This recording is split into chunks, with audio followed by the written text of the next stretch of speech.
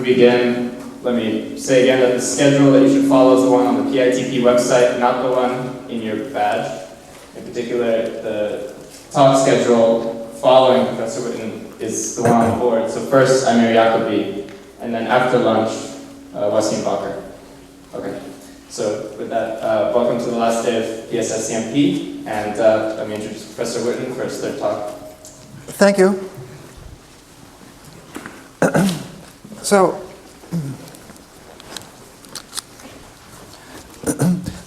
I'm actually going to start by saying more about something we discussed 2 days ago, which were the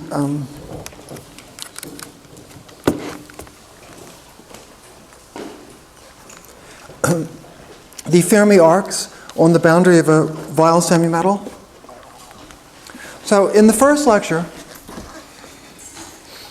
actually, there's a...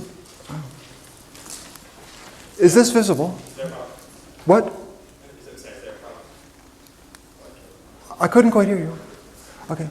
So in the first lecture, we studied Weyl semimetals, and then by explicitly solve a Weyl semimetal being simply a material whose band structure leads in low energy physics to gapless modes that look like Weyl particles in quantum field theory. So then we explicitly solved the Dirac equation, and we learned that there have to be surface states, Fermi arcs. I want to revisit that and tell you a few more things about it. So remember, we considered the Weyl Hamiltonian minus I sigma dot x, minus I sigma dot d by dx. We looked at it on a half space, and then we found that on a half space there was no rotation invariant boundary condition possible, but we picked one that isn't rotationally invariant, that sigma 2 psi was psi. We could have instead used any linear combination of sigma 2 and sigma 3. And then we found surface localized states of zero energy. So psi is a simple exponential times psi 0, which is an eigenstate of sigma 2. And k has to be 0 to make this surface localized, so that the e to the minus kx1 is decaying, not growing, as you go away from the surface. There's actually a simple additional point I should have made, which is that since psi is an eigenstate of sigma 2, if I let psi have an exponential dependence on x2, it would still be an eigenstate of the Hamiltonian. With the same surface localization, all that would happen would be that its energy would be epsilon instead of 0. So I described the surface localized states at epsilon equals 0, but they exist at other epsilons. And it was a little bit misleading for me to draw pictures showing only the epsilon equals 0 surface localized states. Now, actually, the original paper predicting these dates was this one. And those authors did not proceed by explicitly solving the Dirac equation. I want to tell you what they did instead, which requires what we explained yesterday. So, let's recall the basic setup. So, Weyl points arise at special points in the Brillouin zone where valence and conduction bands meet. And very schematically, the hexagon is meant to be a Brillouin zone, well, a three-dimensional Brillouin zone. And there are Weyl points that I've labeled by plus or minus, which corresponds to the chirality of the gapless mode that exists at that point. Now, we remember also that near the boundary of a finite sample, only 2 of the 3 components of momentum are conserved. So it's useful to project the three-dimensional Brillouin zone down to 2 dimensions, forgetting the component that isn't conserved. So schematically, actually I had this picture in the first lecture, I just project, well, as drawn we're projecting 2 dimensions to 1, but you should imagine we're projecting 3 dimensions to 2. The vertical line represents the surface Brillouin zone, and we forget the component of momentum that isn't conserved near the surface. So we project all the bad points to the boundary, and 2 of them might project to the same point, and maybe the others don't. So it is important, though, to remember that in a crystal, the momentum components are periodic variables. They live in a circle, and that includes the component that's being forgotten. So in particular, the horizontal direction in the picture represents a circle, though it's hard to draw this. So what is drawn here is a line. Imagine that at infinity it wraps around, and it's really a circle that's being projected. And the green lines are just to guide the eye, telling you what boundary point a given bulk, a point in the bulk Brillouin zone projects to. Now we draw a little circle U prime around the projection of one of the bad points. So I pick this bad point, and it's projected to the boundary Brillouin zone here, and I drew a circle U prime around it. So actually we have two circles, because when we projected, we forgot one component of momentum, which was a circle, and we've drawn a second circle around the bad point. So here's a picture where we try to indicate both circles. U is the circle we forgot, but it's hard to draw it as a circle. And I have drawn U prime as a circle. So U times U prime is actually a compact 2 torus. And it was chosen to not intersect any bad points, because U prime, the bad points are isolated, and U prime was a small circle just around one bad point. So this cylinder, the 2 torus U times U prime, doesn't intersect any bad points. And so there's a well-defined, if you wish, line bundle of filled states and a well-defined Berry connection on U times U prime. So we integrate the Berry flux over U times U prime, and we get an integer k star. And this integer contains a contribution 1 and minus 1 for every Weyl point of positive or negative charge that's enclosed by the cylinder. So in the example drawn, k star is 1, but if I'd drawn a circle around this bad point, or well, around the projection of these two bad points, I'd have gotten 0 because the plus and minus would have canceled each other. And if I'd chosen this one, I would have gotten minus 1. But anyway, the projection of each bad point leads to an integer, and I've drawn a case where the integer is 1. So now, well, as I said, we've arranged so this 2 torus doesn't intersect Weyl points. So the original band Hamiltonian is a function of 3 variables, but now we think of it as simply a function of 2 variables. Namely, we regard the band Hamiltonian as a function on U times U prime, and as such it's gapped. And we can interpret it as the band Hamiltonian of a 2D lattice system that has a Hall conductivity of k star. This is kind of a mathematical trick. I don't know any simple physical interpretation for the 2D lattice system whose band Hamiltonian is the original one restricted to U times U prime. But anyway, that's a Hamiltonian that depends periodically on 2 variables. So by taking the Fourier transform, we'd get a 2-dimensional lattice Hamiltonian that would describe a system with a quantum Hall conductivity of k star. And we can assume it's a local Hamiltonian, actually, because the Fourier transform of this band Hamiltonian on U times U prime might go on to infinity, but since the Hamiltonian is a smooth function of the momenta, the Fourier transform is rapidly convergent. And without changing k star, you could throw away the very high modes.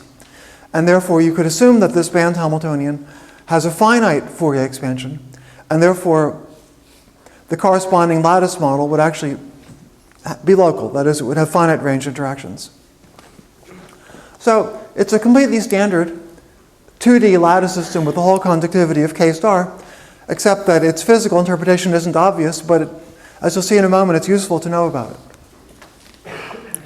So we learned yesterday that H star has edge modes equal number to k star that bridge the gap in energy between the filled and empty bands of H star, which remember is this 2-dimensional auxiliary band Hamiltonian.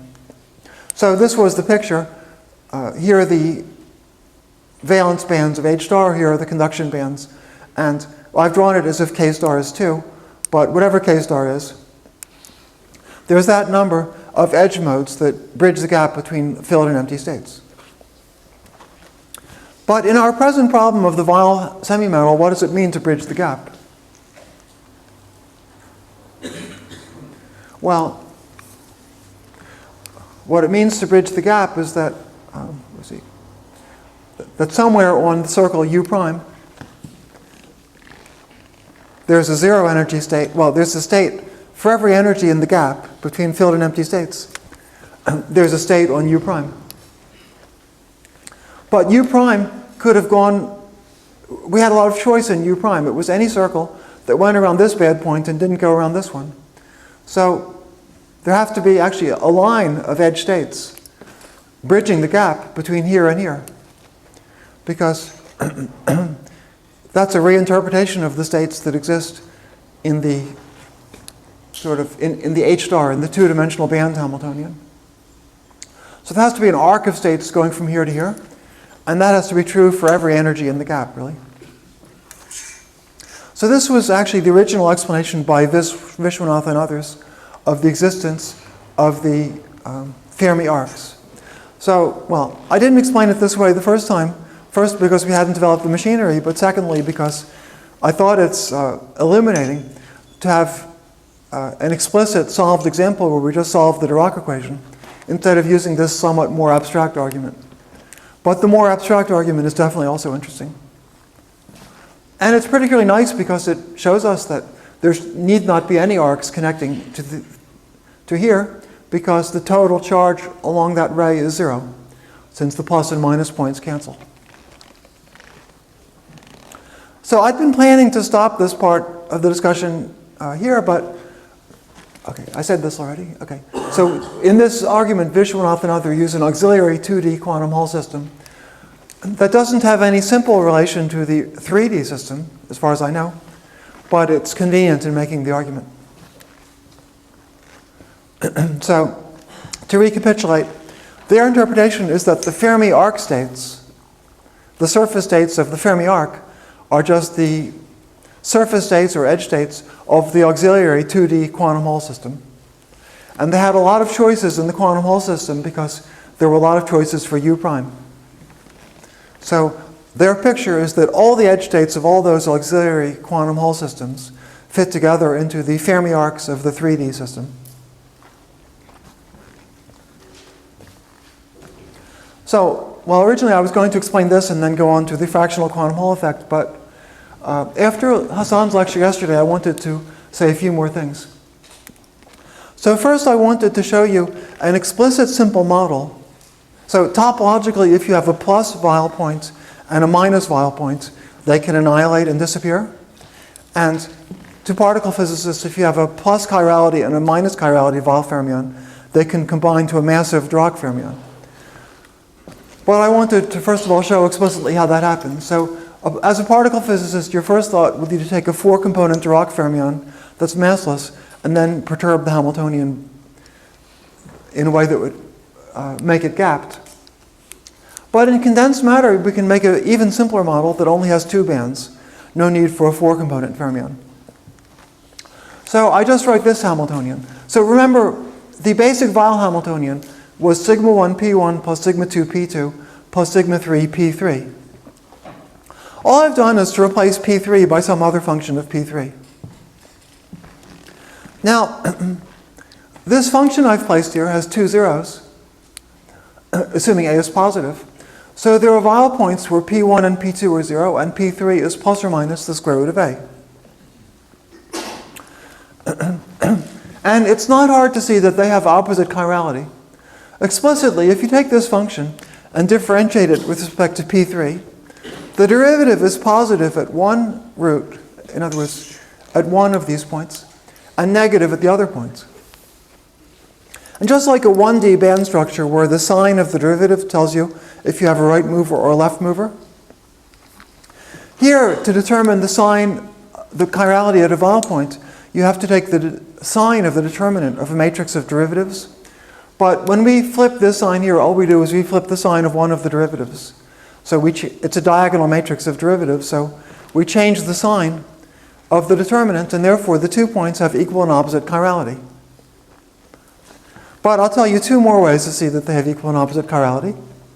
One is that explicitly they disappear if we change the sign of A.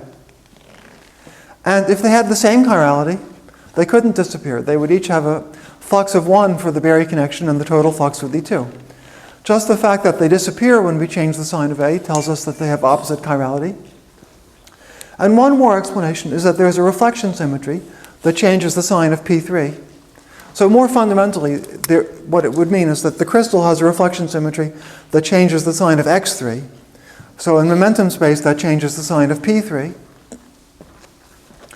And we're assuming, in this case, the reflection symmetry acts trivially on the 2 bands. That is, it commutes with the sigma matrices. All it does is change the sign of P3.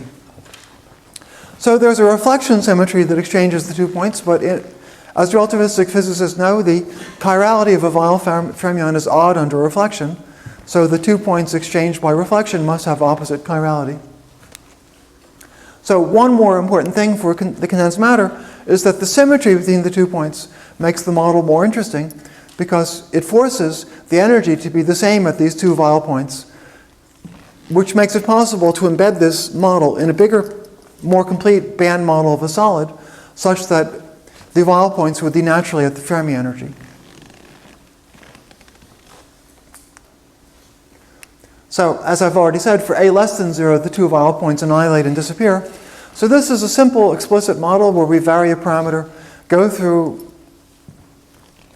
a phase transition at which the low energy physics is not Dirac or Weyl-like. When A is 0, so by the way, this is then a little bit different from the particle physics phenomenon of turning on a bare mass. When A is 0, the matrix of derivatives is 0.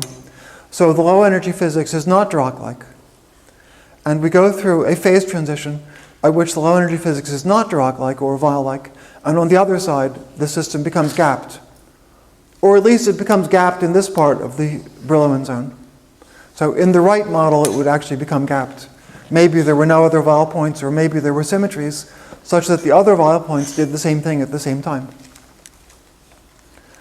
Now let's look at the Fermi arcs connecting to the Weyl points. But it can quickly become complicated if you do the most general thing, so I decided to just do the simplest thing. We take a boundary at x1 equals 0, and for simplicity, we'll use the same boundary condition as before. So our model no longer is rotation invariant in the x2, x3 plane, because the Hamiltonian is quadratic in P3 and not in P2. So unlike the previous case, now this choice matters. And in particular, but I won't consider a general angle. The only thing I'll do is to put a plus or minus sign in the boundary condition. So you'll see 2 cases. And also, for simplicity, I'll only discuss the edge-localized modes at 0 energy.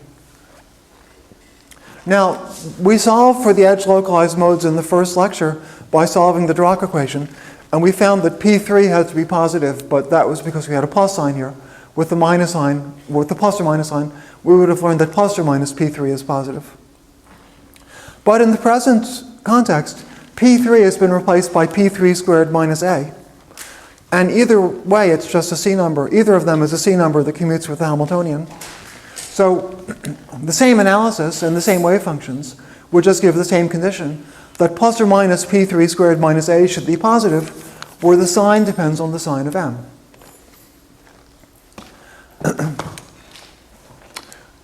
So again, our condition for edge modes with the simple choice I made is that plus or minus P3 squared minus A is positive. Now let's start with the case where A is positive, so there are Weyl points. You can see we have 2 quite different pictures depending on the sign. I've drawn the pictures here. In one case, so with a minus sign, I think, P3 has to be in the gap between the 2 Weyl points, and the 2 Weyl points are connected by a Fermi arc. In the other case, the gap is forbidden and the Fermi arc goes in opposite directions. If with a plus sign, P3 has to be bigger than the square root of A in absolute value to make this positive, or to make this inequality true. So we have this picture when A is positive. Now let's vary A so that it becomes negative. And when it becomes negative, the endpoints of the Fermi arcs annihilate and disappear. So in this picture, when they annihilate and disappear, the Fermi arcs go with them. But in this picture, they can't. When the Fermi, you see,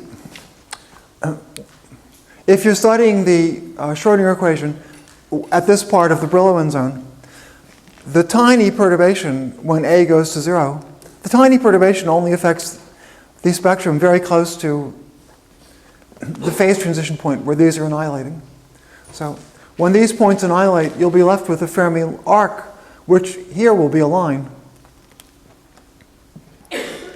But what it does more globally depends on a more complete model, which we didn't present. So if we're in a model where these 2 points are the only Fermi points, only Weyl points, then actually these arcs somehow were connected in the Brillouin zone. And when the 2 points annihilate, we'll be left with a circle. But maybe there were more vowel points that these guys connected to. And then when these annihilate, we might be left with, maybe there's some other vowel points that didn't annihilate. And these arcs will now be part of a bigger arc that connects to vowel points that are somewhere else. So yesterday, Hassan described a more elaborate version of this. There were 4 vowel points that had the charges I've indicated, plus and minus. And you should assume that there are discrete symmetries that exchange the points. So there should be a reflection symmetry that exchanges plus and minus points, and a time reversal and or rotation symmetry. I should have said a reflection or inversion symmetry. An orientation reversing symmetry that exchanges plus and minus points, and orientation preserving symmetries that exchange points of the same sign.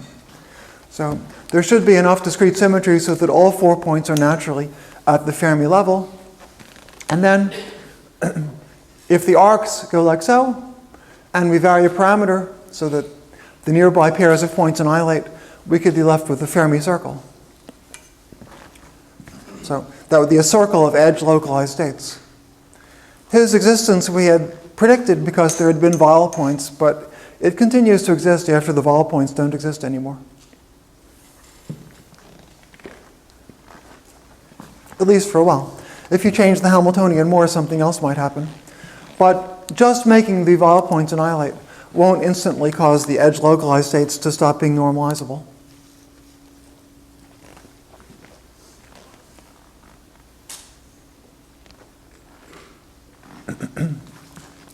I think I might as well stop and ask. We're about to change the subject completely, so I could stop here and ask if there's a question or two on this. Yes? What's the meaning of A in the more what's the physical quantity, like this representing A in a more realistic system? A? Well, one thing it could be would be the concentration of an alloy, which would change the band structure while preserving the symmetries. But there are a lot of things it could be, actually. That's a simple example. Any other questions? Yes? So in the abstract argument about weights in metal, do these lines that come from bed points, when you project to the surface, intersect the torus U prime?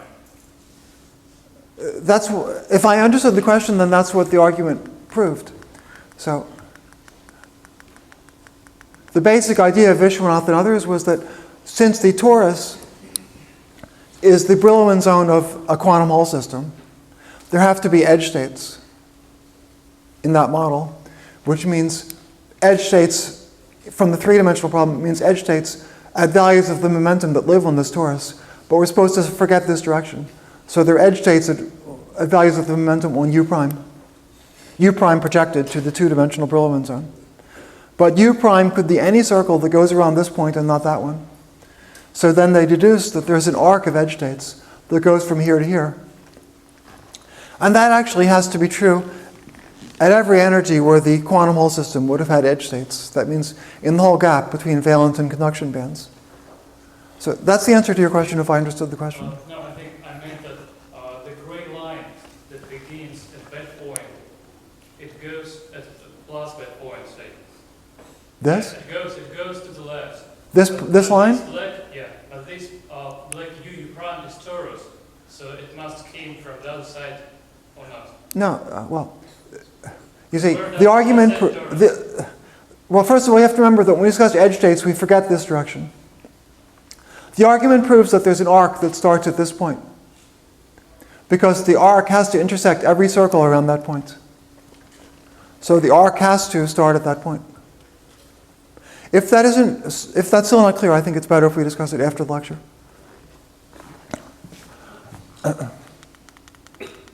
Okay. So I have a handy list of 3 topics I want to describe. I hope there's time for them in an hour. So more on the fractional quantum Hall effect, another explanation of edge modes of the integral quantum Hall effect, and Haldane's model of quantum physics without an applied magnetic field. So topics 2 and 3 are things you've already heard something about from previous speakers. So as yesterday, we describe a fractional quantum Hall system macroscopically by an effective action for the electromagnetic vector potential A and for an emergent U1 vector potential little a that only exists inside the material. So big A exists everywhere, but little a only inside the material. And we can take the action to be the sum of the bulk Maxwell action. And I write the bulk Maxwell action with a 1 over e squared in front, which goes with the fact that with the normalization I use for the vector potential, where what is usually called EA is simply A. And then there's a term that lives in the material. And the important term, actually we wrote it down last time, there's a Chern-Simons interaction for little a with a coefficient of an integer r, and there's a little a times big A Chern-Simons interaction with a coefficient that I'll take to be 1. So we could do something more general, but this is sufficient to give an example of the macroscopic model of a fractional quantum Hall system. Now, the first question we'll ask is, what's the interpretation of a quasi-particle that has charge q under little a? Well, q has to be an integer or I effective would not make sense. Remember that, when we analyze what the Chern-Simons action has to be, we assume that if phi generates a gauge transformation, then e to the I phi has to be single valued, but phi doesn't. So physically, for that to make sense means that electric charge has to be quantized, and it has to be quantized for little a as well as big A, because we assume that the normalization, the allowed normalization of the, well, there has to be some quantum or else the,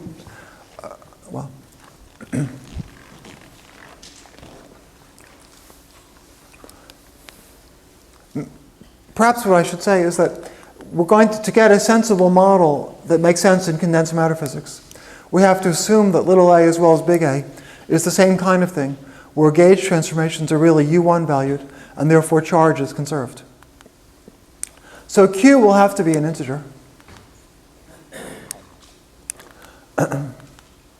Now, suppose that a quasi-particle is at rest at a point in the 2-manifold M2. M2 is just the 2-manifold where the quantum Hall system lives.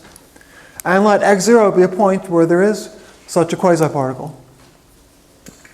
So that adds another term to the action, and the other term in the action is q times the coupling of the quasi-particle to a0, little a0. So little electric charge of little a couples to little a0, just like ordinary electric charge couples to the ordinary electromagnetic scalar potential. So there's this extra term in the effective action. And now I write down the field equation for little a0. So I used it last time without the extra term. So the field equation says that r times little f is equal to big F. Well, I remind you that big F is the ordinary magnetic field or electromagnetic field, and little f is its analog for little a. But now there's an extra term in the equation because we put in a quasi-particle, a point charge, at a point x0. So there's a term in the equation which is q times delta of x minus x0. So now, obviously, to solve this equation, we will have delta functions in either little f, big F, or both. So we'd better decide where the delta functions are going to be.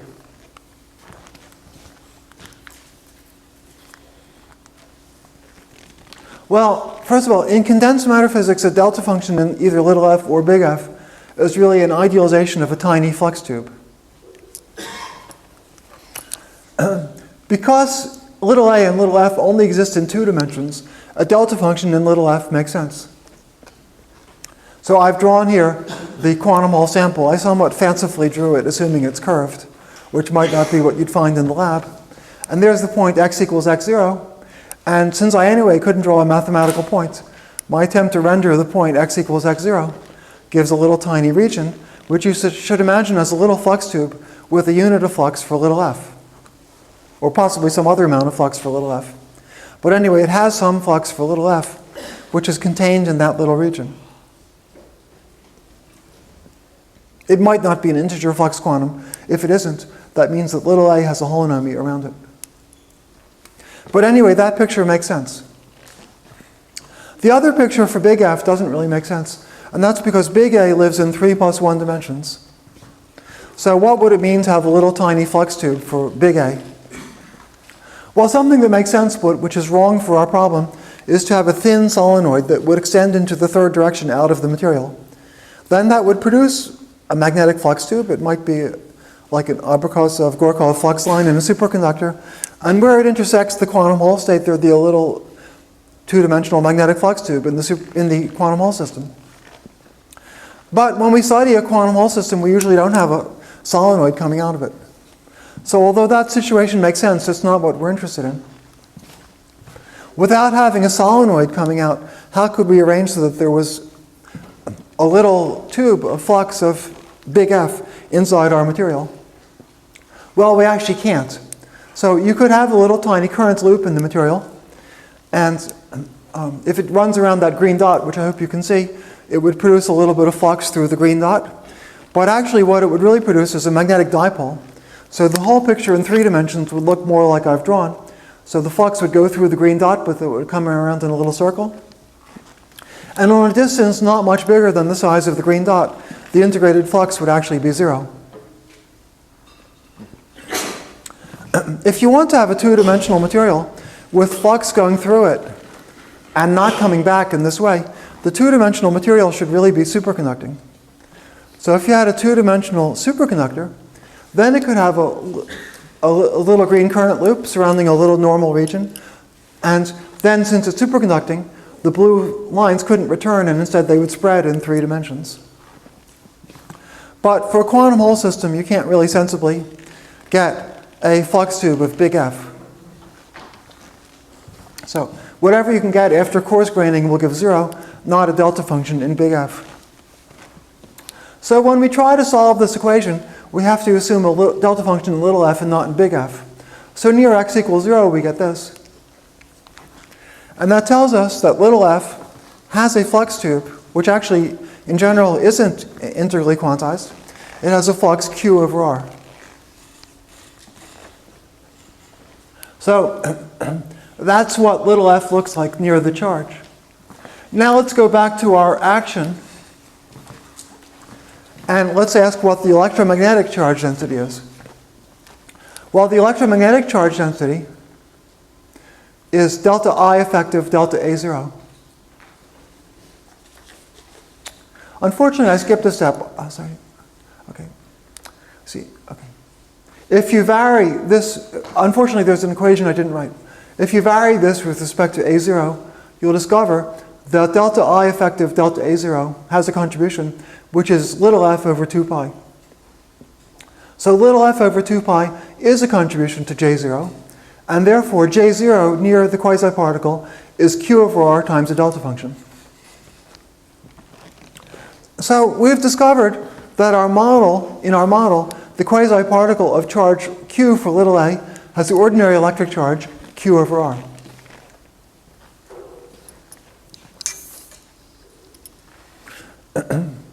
There's a question some of you might want to ask, which is why we should have assumed that this quasi-particle existed.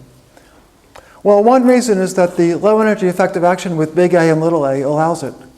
And we should expect that any kind of defect that makes sense might exist. But there's also a more general argument that shows it has to. Without going into so much detail, we can see that a fractional quantum Hall system must have fractionally charged quasi-particles. So we see that as follows. For the moment, we return to the integer case. So in the integer case, the effective action was simply an integer k times the electromagnetic Chern-Simons action. And then there's a corresponding electric charge density, which is delta I delta A0, and that is k times the electromagnetic flux. Now, we place a Dirac monopole with one Dirac quantum inside a spherical quantum Hall sample.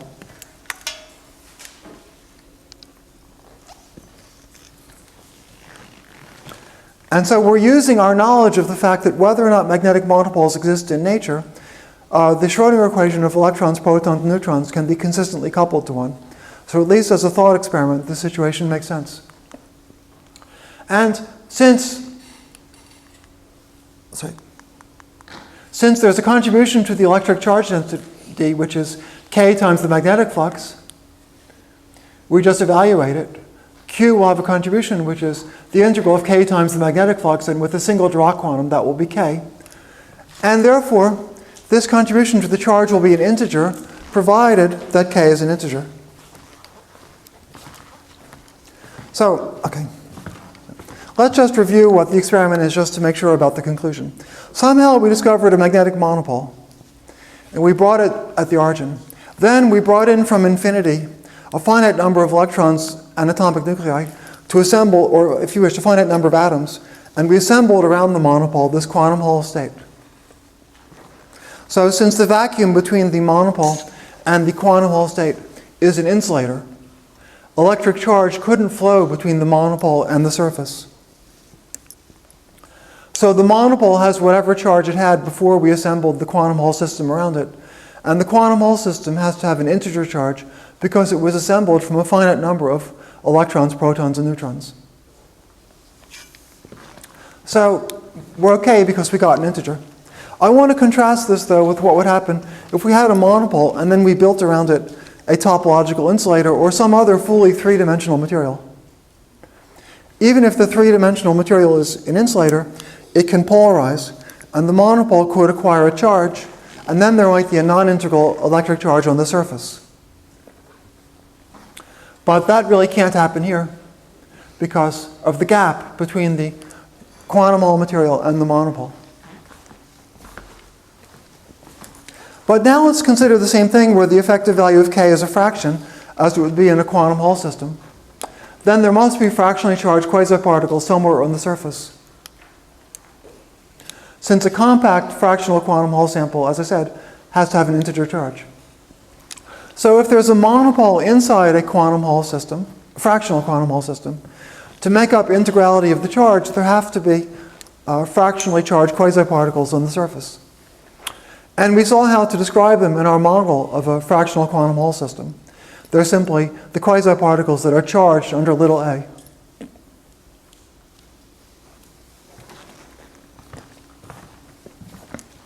Now, a full understanding of the fractional quantum Hall system requires treating little a quantum mechanically.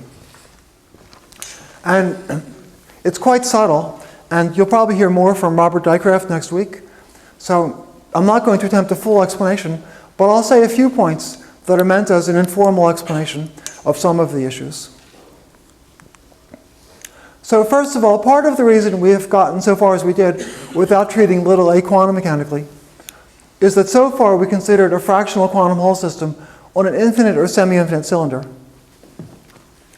In which case, for many purposes, a full quantum treatment isn't necessary. For example, we treated alpha hat, the integral of little a around gamma, as an arbitrary constant rather than a quantum variable yesterday. That's okay on an infinite cylinder, or at least I think it's okay. But in the case of a compact sample, we do need to treat little a quantum mechanically.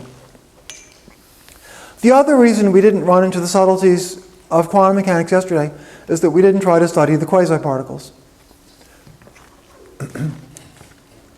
Now, to discuss the quantum mechanics of little a, we'll ignore big A and just study the purely 2 plus 1 dimensional problem.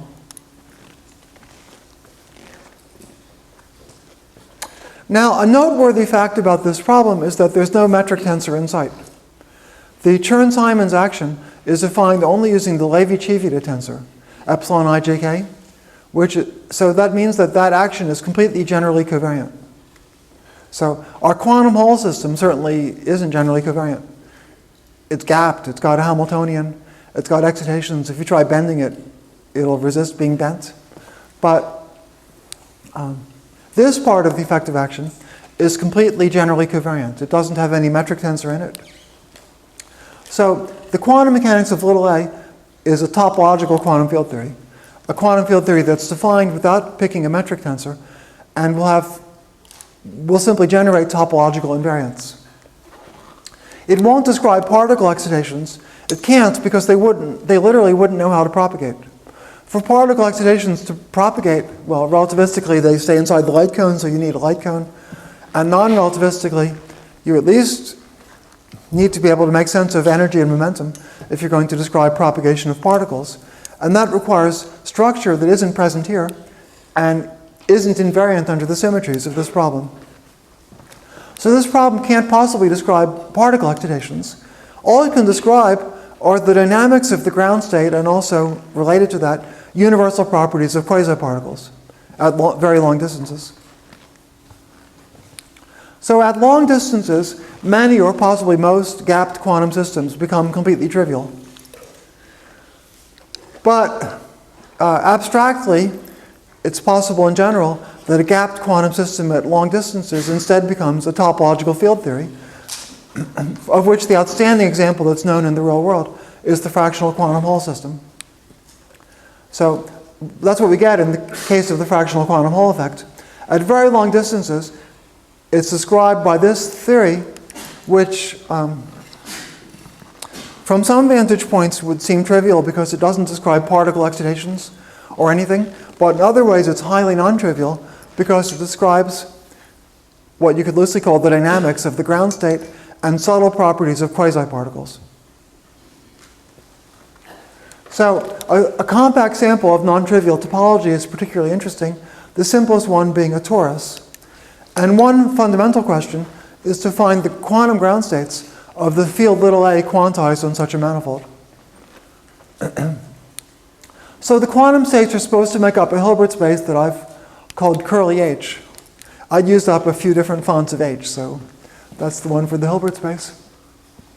H is supposed to provide a representation of an algebra of quantum operators, and the algebra of quantum operators is supposed to be obtained by somehow quantizing the classical operators. So we should, well, a first orientation is to figure out what are the classical operators in a system, and then try to quantize the corresponding operators. You want to take the classical observables and somehow reinterpret them as quantum operators. Now, in a gauge theory, we should consider only the gauge-invariant classical observables. So our first step might be to ask what in this system are the gauge-invariant classical observables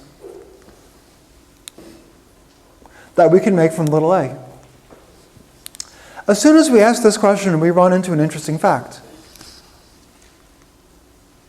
So a gauge-invariant local operator would have to be a polynomial in little f and its derivatives. But the classical field equation of little a is that little f equals 0. So that's in the absence of big A. I've often written this equation as r times little f equals big F, but for now we're ignoring the coupling to big A, so we would just say that little f is 0. So there are no local gauge-invariant classical observables. However, there are gauge-invariant Wilson loop operators, where Wilson loop is a standard terminology for such operators in gauge theory. We pick a closed curve little l, or curly L in M, and the Wilson loop operator for charge S is the exponential of IS. Well, it's the holonomy. It's the phase that a charge S particle would receive under parallel transport around the loop L. So the phase factor that a charge S particle acquires in going around the loop is e to the IS times the line integral of the gauge field, which here is little a, around the loop. Now, for example, in studying four-dimensional quantum chromodynamics or other applications to the standard model, Wilson loop operators are studied, and they have a non-trivial dependence, for example, on how big the loop is. The Wilson loop expectation value might be exponential in the length or exponential in the area, and that's an important criterion for distinguishing four-dimensional gauge theories. But here, we're only going to see topology because the theory is a topological invariant. So, the Wilson operator, its matrix elements will be invariant under continuous deformations of the loop for two related reasons. One fact is that little f is 0. As we said, that was the classical equation. So in general, when you change the path of a particle a little bit, the phase it gets changes by something that involves f. the field strength.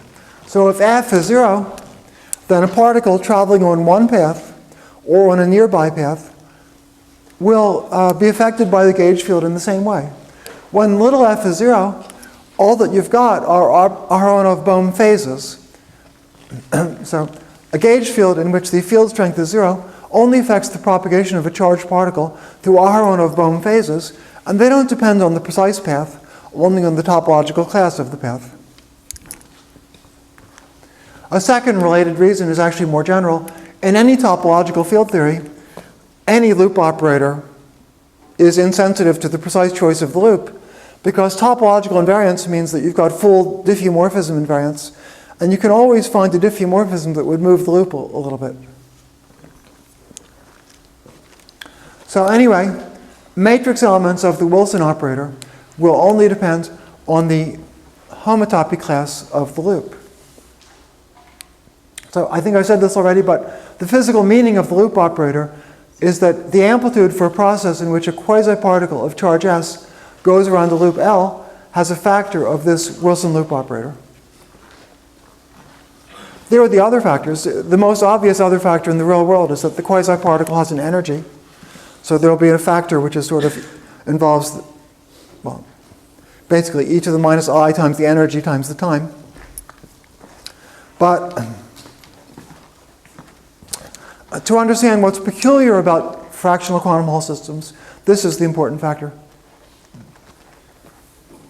Now, if the loop L can be continuously shrunk to a point with no singularity, then the quasi-particle isn't going anywhere and its amplitude is 1, and the Wilson operator can be replaced by the identity operator. It's trivial. So the Wilson operator for a path that just goes around a tiny circle that doesn't enclose any singularity is just going to be 1. We're not interested in those Wilson operators. We're only interested in the case where we can't do that. And there are two possible reasons. There are two possible sources of Aharonov-Bohm-like phases that a Wilson operator might see. One is that there might be another similar operator where the two paths are linked and can't be disentangled. So in that case, each one produces a little A field that the other one will see. And they each see non-trivial fields. And you can't pass, importantly, there's a singularity if you try to pass L through L prime. So the answer you're going to get will be different in the picture I've drawn than in a different picture where the loops are far apart and not entangled. So the physical meaning of this entanglement is fractional statistics of the quasi-particles. So, see, this is a space-time picture where quasi-particle pairs were created, one looped around the other, and then they annihilated. And we get a non-trivial phase for this picture when we calculate the matrix element of the product of these two Wilson operators. We can calculate it explicitly because the theory of little a is Gaussian, since the action was quadratic in little a. So we get a non-trivial phase, and that's related to the fractional statistics of the quasi-particles. It means that in the presence of one quasi-particle propagating around one loop, it modifies the amplitude for a second quasi-particle on another loop, even if they're very far apart. So this gives a very long-range interaction that people usually say is of statistical nature. The quasi-particles have exotic statistics, along with having fractional electric charge under ordinary electromagnetism. Now there's another possibility that's more like the classical Aharonov-Bohm idea. The loop L might be non-contractible for topological reasons, unrelated to the existence of other quasi-particles.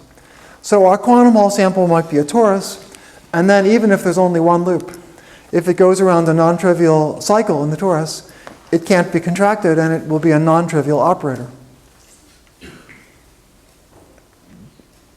Now, what makes this situation interesting is that you can consider two operators that go around in two different directions. So I've drawn two different loops on the torus that intersect each other. And to each of them we can associate a Wilson loop operator, which will become an operator in the quantum theory. But if the loops intersect, the operators won't commute. And how would you find out if the operators commute? Well, classically, you would take the Poisson brackets of the two operators. And you'll find that those Poisson brackets are non-trivial. Then you pass to quantum mechanics, and you, in general, might have quantum corrections, but basically, because this theory is Gaussian, you don't have much by way of quantum corrections, and the quantum answer can be basically read off from the classical answer. So what you find is that if you multiply two Wilson operators in opposite orders, you get the same thing up to a phase. So if we study a quantum Hall system on a non-trivial manifold like a torus, then, as I said before, we don't have local operators, but we have Wilson loop operators. And what leads to the unusual properties of the theory is that the Wilson loop operators don't commute. They generate a non-commuting algebra. You could hardly expect them to commute, because they're the only observables there are. And in quantum mechanics, you can't expect all the observables to commute with each other. So you should expect a non-trivial commutation relation, but it's also obvious that they will commute if they don't intersect, if the loops don't intersect. So all that can happen is that you get something like you do get, that is non-trivial for intersecting loops. Now, to understand this algebra, we might as well set S and S prime to 1, because a charge S Wilson operator, I wrote the Lth power, but it should have been the S power. A charge S Wilson operator is the S power of a charge 1 Wilson operator. So the charge 1 Wilson operators generate the whole algebra of observables, and if we represent them, then we have described the whole quantum theory. So to just make the formula shorter, I take the generators that I call W1 of L and W1 of L prime. I call them A and B. And the algebra obeyed by A and B is that AB is e to the 2 pi IR times BA. And you can think of that as being the complete algebra of operators for the fractional quantum Hall system with integer r on a 2 torus. An irreducible representation has algebra dimension r for the following reason. Suppose you find an eigenvalue of b. Well, since AB inverse is b times e to the 2 pi IR, multiplying by a will give you an eigenvalue of b whose eigenvalue is different from the original one by e to the 2 pi I over r. And keeping going around, you generate r eigenvalues of b, and you find that you need at least r quantum states to represent the algebra. It's not difficult, and if you haven't seen it, I recommend the exercise, to verify that r quantum states is enough to represent this algebra. So an irreducible representation of the algebra of observables for this theory has r dimensions. So what that means is that there are r ground states of Chern-Simons theory on a torus for the case that the gauge group is U1 at level r. And Wilson loop operators act in an interesting way on those r ground states. They act as A and B.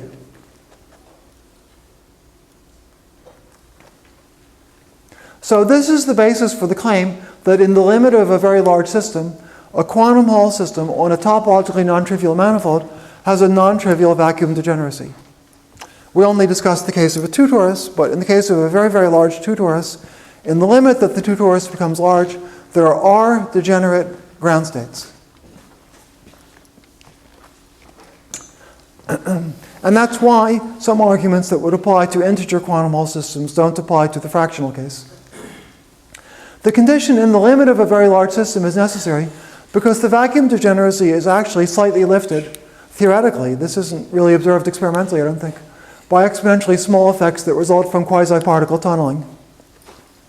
So a quasi-particle could tunnel around a cycle, and that means that the Hamiltonian can contain a term that's proportional to the operator A, but it has an exponentially small coefficient because the quasi-particle had to tunnel a long distance if the sample is large. And since A is a non-trivial operator on the space of approximate ground states, adding a multiple of A to the Hamiltonian slightly shifts the degeneracy by an exponentially small amount. So, at least theoretically, a fractional quantum Hall system on a sample of any given size is expected to really have a unique ground state. But the gap to the first excited state is exponentially small. And that's why our discussion yesterday about adiabatic changes and so on doesn't give a useful conclusion for a fractional quantum Hall system, at least not in the form that we stated yesterday, that implied integrality.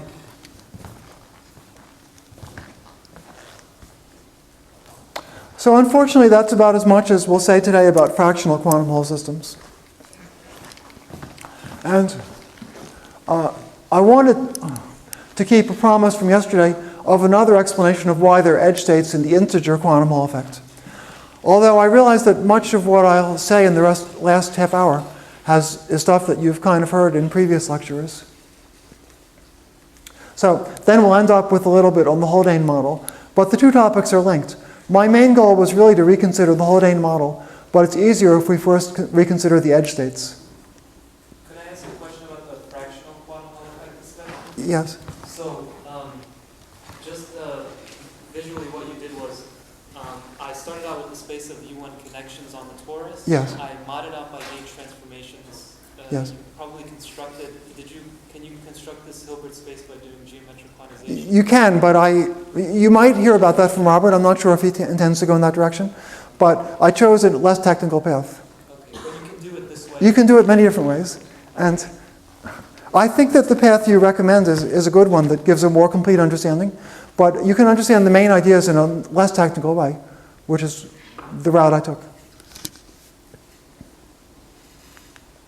So when I reconsider the edge states, I want to give another completely conceptual and non-computational proof of what I said yesterday. A 2 + 1 dimensional system with a Chern-Simons coupling in bulk and with the right number of chiral edge states on the boundary is completely consistent and anomaly-free. So we could learn that by studying chiral anomalies, but we're going to learn it in another way by giving a manifestly consistent construction of this system. We'll simply describe a physical realization that clearly makes sense, and it will simply be the Haldane model in continuum language. So we first couple big A. Now there's no more little a in this lecture.